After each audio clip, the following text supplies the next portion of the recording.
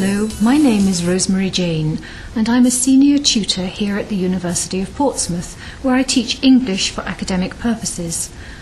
On this short video, I'm going to teach you about how to make an academic presentation.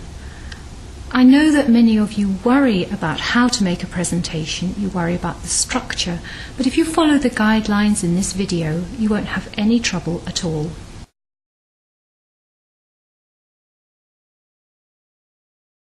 It's very important at the beginning of a presentation to introduce yourself, to tell your audience your name and why you are qualified or how you are qualified to give the talk that you're going to give. To make sure that the audience know the title of your presentation, that they know roughly what you're going to be talking about, that they know how long it's going to take, and very importantly, they know when they can ask questions. You're going to watch a teacher giving an academic presentation about how to make a presentation, and I want you to notice how he introduces himself. Good afternoon, everybody, and thank you for coming to this presentation this afternoon. My name is John Cross. I'm a senior university tutor here in the School of Languages and Area Studies. I'm going to talk to you this afternoon about academic presentations, how to give an oral academic presentation. That's a very important thing for all students. As you know, you have a lot of assessed oral presentations on your courses here in SLAS and in other parts of the university. It's a very important part of your student life. Firstly, I'm going to talk about the structure of a presentation. The second part will go into more detail about the elements of that structure.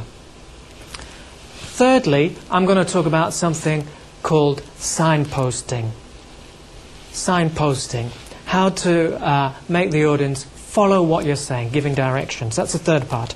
And the fourth part, how to make what you're saying easy to understand, how to make yourself clear to your audience.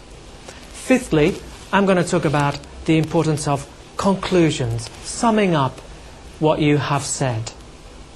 And the last and the sixth part is about questions, how to ask for and deal with questions from your audience.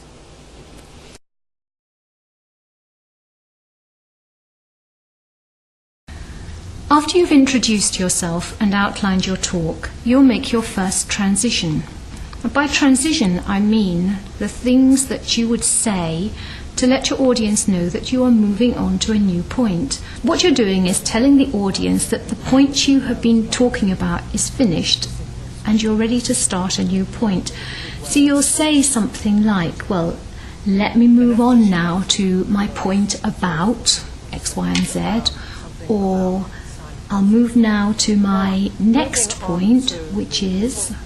Simple words like next and then, numbers, first, second, third, finally. Even little gestures, next and now. Changing in the pitch of your voice, if you say something in a slightly higher pitch. And now, usually that's showing a movement from one section to another. Okay, let's move on to the fourth part. You would use a phrase like that to introduce each new point in your presentation. So now, for example, you're moving from your introduction to your main body. You need to let the audience know that the presentation is about to begin. And at each point, you tell them the same thing. Okay, that's my introduction. Let's start with the first part. The first part is about the basic structure of an academic presentation. You could say that there are three fundamental parts: the introduction, the main body, and the conclusion. The main body is the biggest part. The introduction and conclusion are relatively short.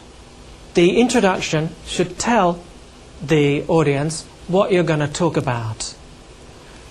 The main body should develop those themes or points in more detail in the order that you have introduced them in your introduction.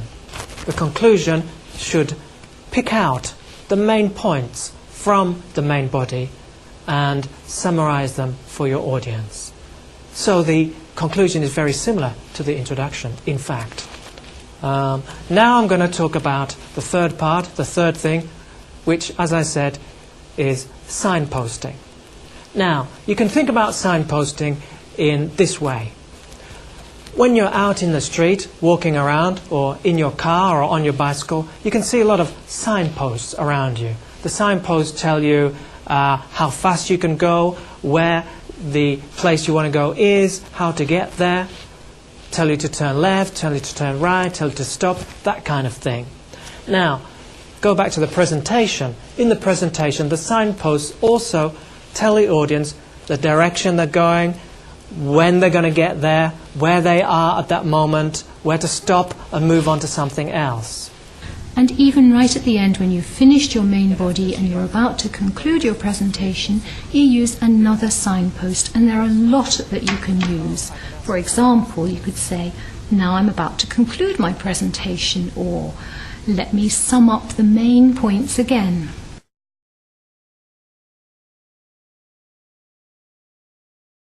One of the things that's very important in a presentation is that you help your audience to understand you.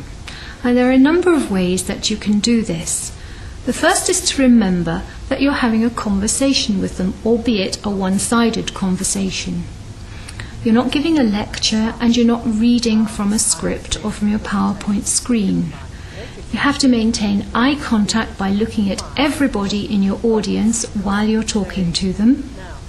About body language, and make sure that you're not distracting your audience by certain mannerisms such as scratching your head or blowing your nose or sticking your hands in your pocket or wandering around in front of them. You need to think about key words and how you can use particular words to help your audience understand what you're talking about, maybe putting those key words on a visual aid. You need to think about your intonation, about stressing important words like your key words. You need to think about your voice and how loud or how quiet it is, and perhaps introducing some different kinds of speed, not making it all sound the same. Pausing after important points to let them sink in before you begin the next point. Okay, coming back to the main point, I was saying being clear is very important, and the way you speak, the way you look at your audience, the words that you choose are all important elements in that.